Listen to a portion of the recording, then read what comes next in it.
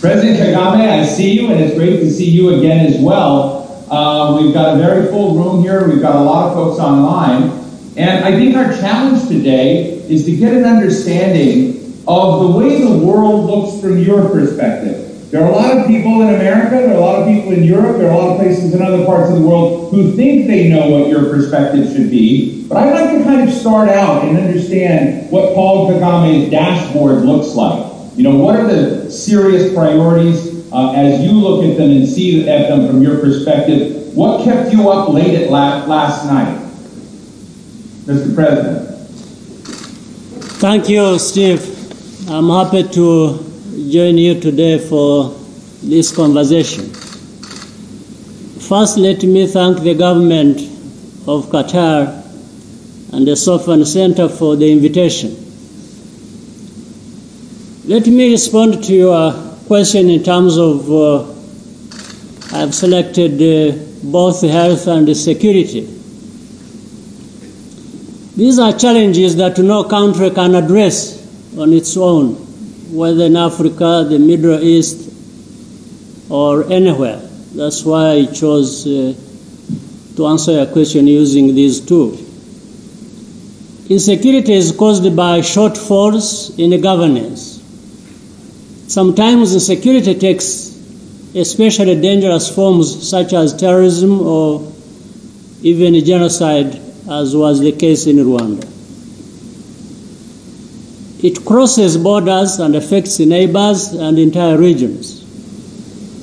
Despite many chances to learn lessons from past failures, the global toolbox for dealing with these threats has hardly evolved. For example, in the Democratic Republic of Congo, a peacekeeping mission has operated for 20 years with meager results. While we saw what happened in Afghanistan with the 20-year commitment from the international community and so on and so forth.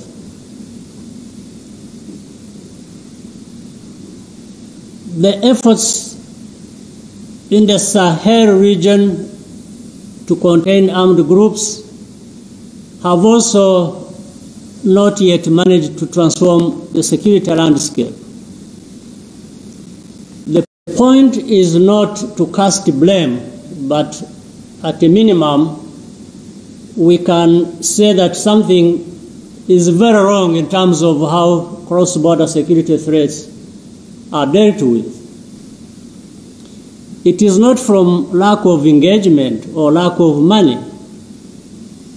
I would say that no amount of external funding or troop commitment can create sustainable peace without putting governance at the center of it all. Because of our country's history, Rwanda is committed to contributing to peace-building operations and making a difference where we can.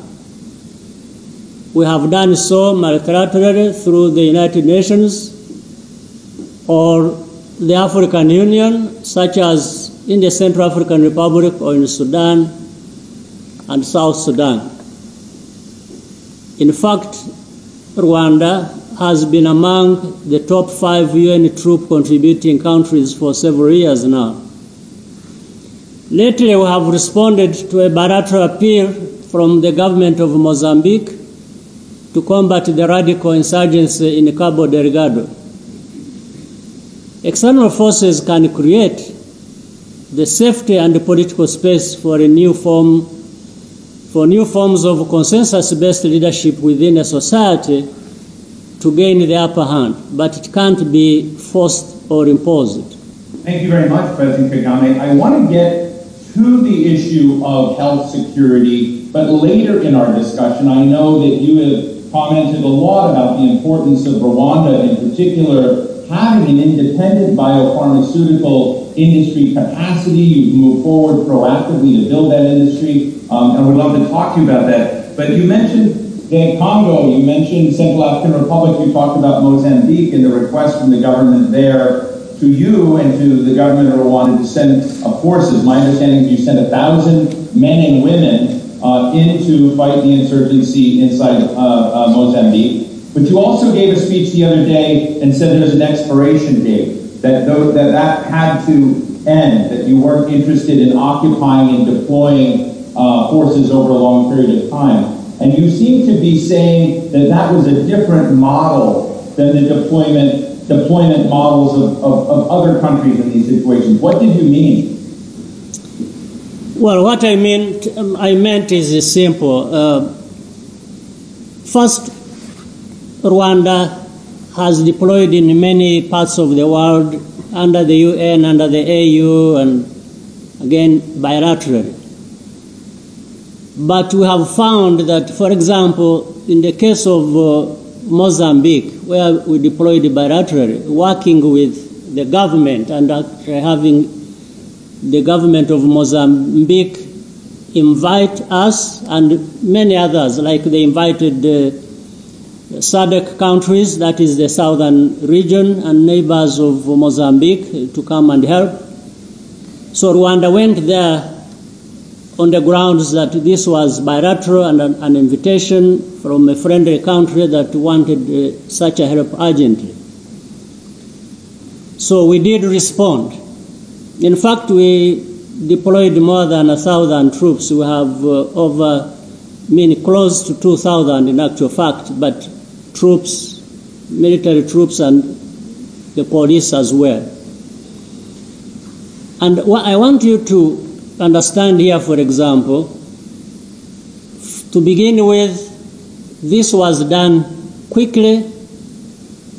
We put soldiers and police on the ground, and the problem has been addressed to a great extent, and good progress has been made. And it is Rwanda government working with Mozambique. The two of us found resources to deploy to support these operations. We didn't get any financing from outside.